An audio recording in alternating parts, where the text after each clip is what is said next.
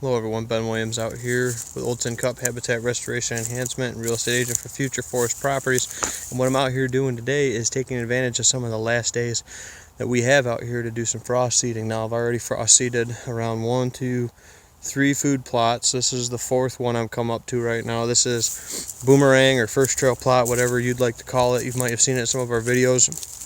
This is where we dropped that big ash tree the other day in the how to fell a bigger tree video, or a larger diameter tree rather. And then this right here is what's left of my annual screening blend. I think this was Deer Ag's The Wall. This stood up pretty good. Again, you have to get that good 10 to 12 foot diameter depth to these to really hold up. And this held up very well for this winter. I mean, we did get over 2 foot of snow, but I'm going to seed right into this. And then what I'm going to do is some of these screens I'm going to burn off, controlled burn off, and it's just this little section of it. As you can see, we got green cereal grains out there on this plot, and then this is going to have simazine over the top for broadleaf control. But as you can see, this grew so thick this year, and we got a good chemical kill, that there's not a lot of competition that was allowed to come up during this. Now we're going to have varying stages of this, but we're going to bring you, this is my first time experimenting and playing around with switchgrass. So I'm not saying I'm an expert by any means, but I definitely didn't want to do this last year because we didn't quite have good enough control on weed competition in these areas. And again, doing the right steps, we're going to frost seed it in.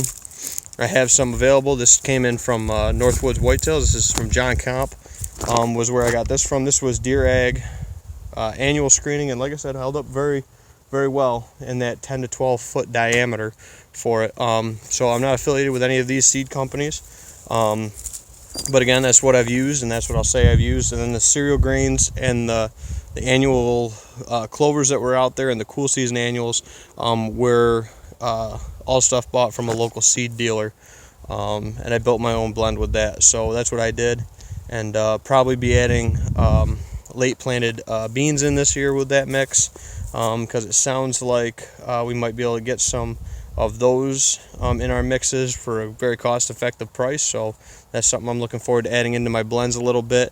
I did play around with a little bit with some beans I had left over from a couple years ago. Didn't germinate the greatest, but again, we'll probably buckwheat this plot and then go into our normal rotation, cool season annuals on it.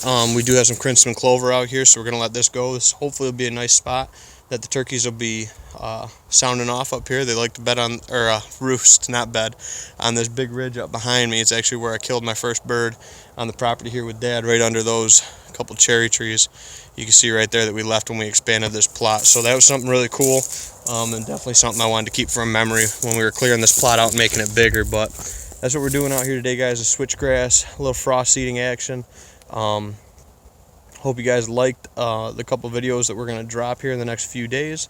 I'm out here shooting some today, walking around, and then shed hunting tomorrow and probably Friday. Thursday I got a project going on, so I can't do that. And then the weekend looks like property visits. So that's my update for today. I have to get to Topfield, Westside Food Plot, Great Food Plot. I got to get to 4 more food plots today before I lose my daylight. So I want to thank you guys for tuning into this video. If you have any questions on this, like I said, this is my first attempt with switchgrass. I've had a lot of questions from clients on it and other people, and just time to jump into it.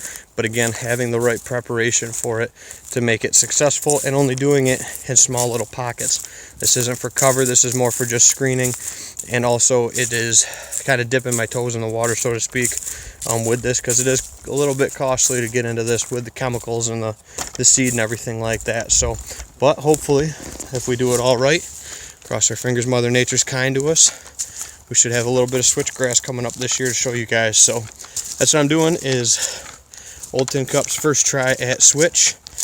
I want to thank you guys for tuning into this video. If you like this video, give us a thumbs up.